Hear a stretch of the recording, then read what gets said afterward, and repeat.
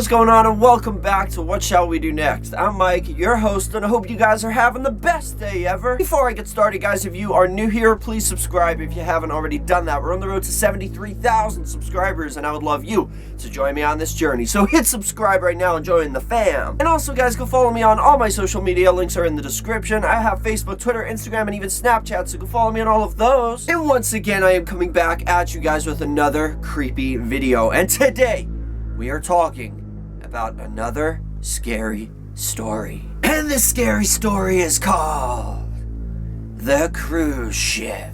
So the story of the cruise ship is a story about a man who books a vacation away at sea, but soon suspects that his cabin is haunted. But enough of the jibber jabber, let's get right over to the story.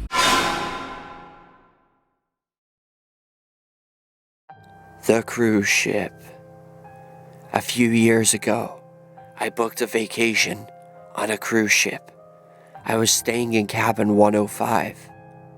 Each cabin had a bunk bed, so I had to share the cabin with another person. I never met my roommate, but I saw his suitcase sitting next to the wardrobe. The cabin was quite small, but the bed was comfortable.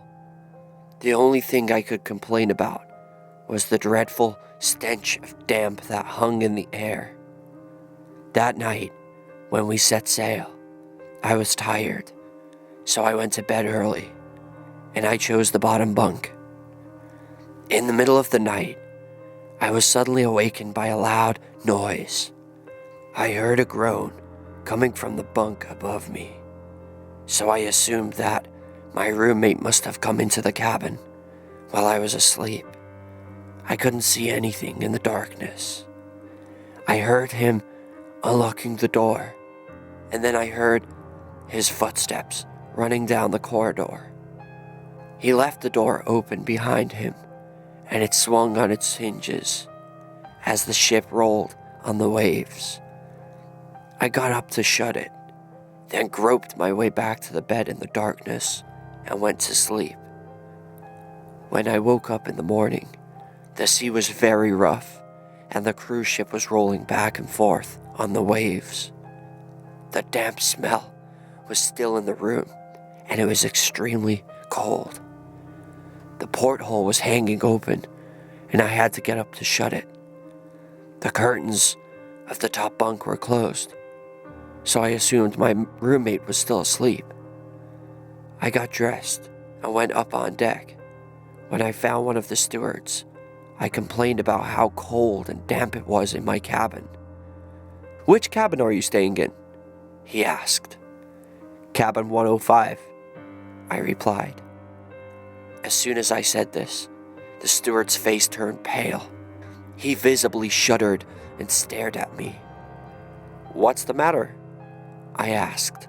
"Oh, nothing," he replied. "It's just that everyone who stays in that cabin has complained about it. There's something not right about it.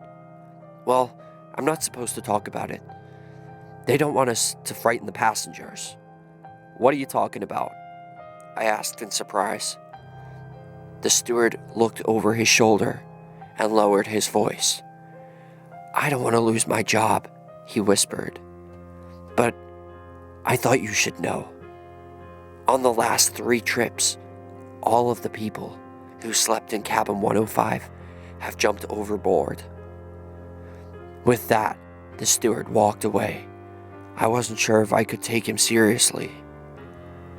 When I was eating breakfast, the captain came down to see me. "Have you seen your roommate?" he asked. "No," I replied. "Why?" "He seems to have disappeared," the captain said in a low voice.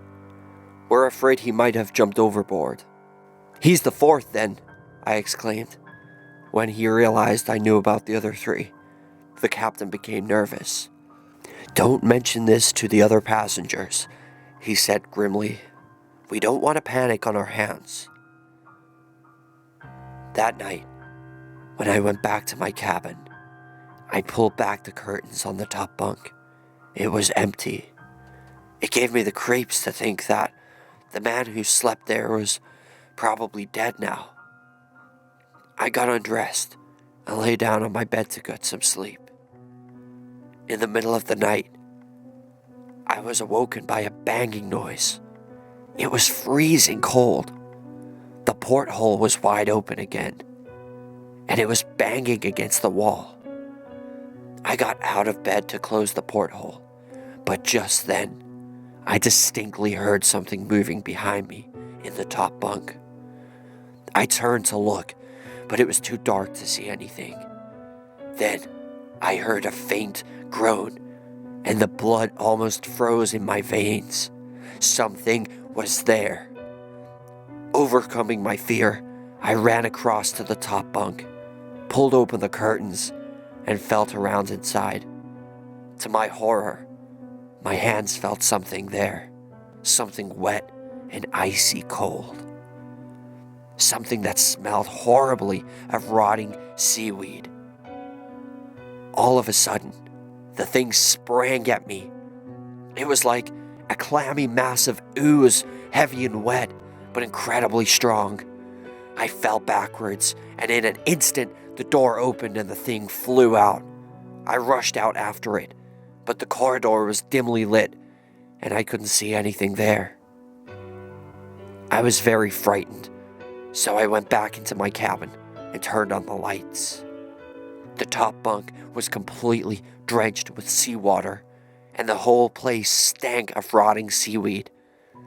I was too nervous to go back to sleep, so I went up on deck to get some fresh air and clear my head. The captain was there, and I tried to tell him about the night's events. "I've never been so scared in all my life," I said. "I think my cabin is haunted." "Oh, nonsense," the captain said. "Just to prove it to you, tomorrow night I'll share the cabin with you. Then we'll see what happens. I'm sure there is a rational explanation." The next night, the captain met me outside my cabin. We went in, and he locked the door behind us. "Now nothing can get in or out," he said. We searched the cabin to make sure it was empty. Then, the captain sat down on a chair in front of the door, and I sat on the edge of the bottom bunk.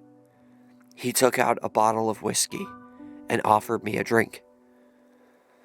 "The first time it happened was a month ago," he said. "The passenger who stayed in this cabin was a mental patient. He escaped from the lunatic asylum and bought a ticket on this cruise ship. Maybe he was planning to kill himself. Who knows what goes on in the minds of these lunatics? In the middle of the night, he threw himself overboard." Just then, he stopped and stared at the porthole. I stared at it too. The bolt that held it closed seemed like it was turning ever so slowly. We both gasped. All of a sudden, the lights went out. The cruise ship rolled on the waves, and the porthole slammed open. The curtains on the top bunk swung back and forth. The captain jumped to his feet with a loud cry of surprise. In the darkness, I could see him wrestling with something. "There's something in the top bunk!" he screamed. I reached out and tried to help him, but my fingers closed around something ghastly, something that was horrible beyond words, something that stank of rotting seaweed and stale seawater. It was a slippery, oozy, horrible thing, the pale, bloated corpse of a drowned man. His dead, white eyes stared at me from the darkness, and there was an awful grimace on its dead face. The ghastly thing grabbed me by the neck and began to choke the life out of me. It was so strong, it was overpowering me. I struggled to breathe. I cried out, and it let me go. The thing sprang across me and threw itself on the captain, and he fell backwards with a cry of horror. The thing paused for an instant, crawling over him, and then it vanished through the porthole. I helped the captain to his feet, and we both staggered out of the cabin. An hour later, some members of the ship's crew were nailing boards over the cabin door. To this day, the cabin is blocked off, and no passenger has ever been allowed to stay the night there again. As far as I know, Cabin 105 is still haunted by that ghastly, dead thing. And that is the end of that. I hope you guys enjoyed this story, because I certainly did. I love, like I said to you guys in a previous video, I love the ocean, I love ships, and I found this very, very interesting. It kind of reminded me of the movie Ghost Ship with Desmond Harrington. Very good movie. If you guys haven't seen it, I suggest you check it out. It's mediocre. I mean, it's not scary, but it's definitely got something chilling about it. There's something about being in the middle of the ocean, in the middle of the night, where no one can hear you scream. I think that's actually like the motto for the movie. I think it's like, at sea, no one can hear you scream, or something like that. But it's definitely worth a watch if you guys haven't seen it. Well, my question to all of you guys for question of the day is, what do you think this thing was? Do you think it was some kind of shapeshifter? Do you think it was just a zombie that's like drowned overboard and then came back? And why do you think everybody keeps jumping overboard? Everyone who stays in that room, but the captain and this guy didn't. I don't understand. Let me know what you guys think, though. That is question of the day. But thank you guys so much for watching. I hope you enjoyed this video. If you did, hit that like button down below, and let's see if we can go for 18 billion likes on this video. I would really appreciate that. And remember, the most important thing of all, guys, chase your dreams. I love you all. Don't let anybody bring you down. Peace out.